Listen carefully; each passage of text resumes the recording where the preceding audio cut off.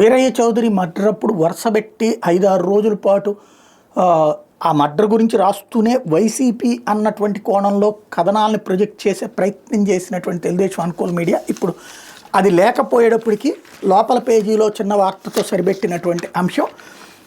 ప్రకాశం జిల్లా నాగులుప్పలపాటికి చెందిన తెలుగుదేశం పార్టీ నేత మాజీ ఎంపీ ముప్పవరపు వీరయ్య చౌదరిని ఆధిపత్య పోరు మనస్పర్ధలతోనే ప్రత్యర్థులు హత్య చేసినట్టు ప్రకాశం ఎస్పీ ఏఆర్ దామోదర్ తెలిపారు. బుధవారం విలేకరుల సమావేశంలో ఆయన వివరాలు వెల్లడించారు.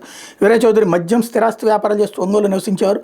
వ్యాపారాల రాజకీయాలు తమకు అడ్డొస్తున్నాడని వీరయ్యను అడ్డు తొలగించుకోవాలని అమ్మన బ్రోలకు చెందిన ఆళ్ల సాంబశివరావు సిద్ధాంతి, అతని మేనలుడు ముప్పా సురేష్ భావించారు. దాసరపాలెనికి చెందిన తోట శ్రీనివాసరావు ద్వారా ఒంగోలు వాసి బోర్లగొండ వినోద్ కుమార్తో హత్యకు ప్రణాళిక రచించారు. నెల్లూరు రౌడీ షీటర్లతో ఒంగోలులో వీరయ్య చౌదరిని దారుణంగా హత్య చేయించారు. ఈ మేరకు వినోద్ కుమార్, తువ్వర వంశీకృష్ణ, బెల్లంకొండ వెంకట గౌతమ్, మన్నెన్ తేజ, మార్టూరి కిరణ్ కుమార్, షేక్ సమీర్, ఆళ్ల సాంబశివరావు, వీరగంధం దేవేంద్రనాథ్ చౌదరి, తోట శ్రీనివాసరావుని అరెస్ట్ చేసినట్టు ఎస్పీ వివరించారు. మరో 3 నిందితులు ముప్పా సురేష్, ఓబిల్ నాగరాజు, గోళ్ల రుచేంద్రబాబు పరారులో ఉన్నట్టు తెలిపారు. మరికొందరు ప్రధాన నిందితుల పేర్లు త్వరలో వెల్లడిస్తామని చెప్పారన్నట్టు వార్తని హైలైట్ చేశారు. నిన్న ఎవరో లాకప్ డెత్ అని ఇటు సాక్షి వాళ్ళు రాయడం, అదేం లేదు సహజ మరణం అని చెప్పి వీళ్ళు చెప్పడం, ఈ సందర్భంలో ఎందుకు అక్కడే అట్టు పెట్టుకుని వీళ్ళతో తలనొప్పి అని చెప్పేసి అరెస్ట్ చూపించినట్టున్నారు.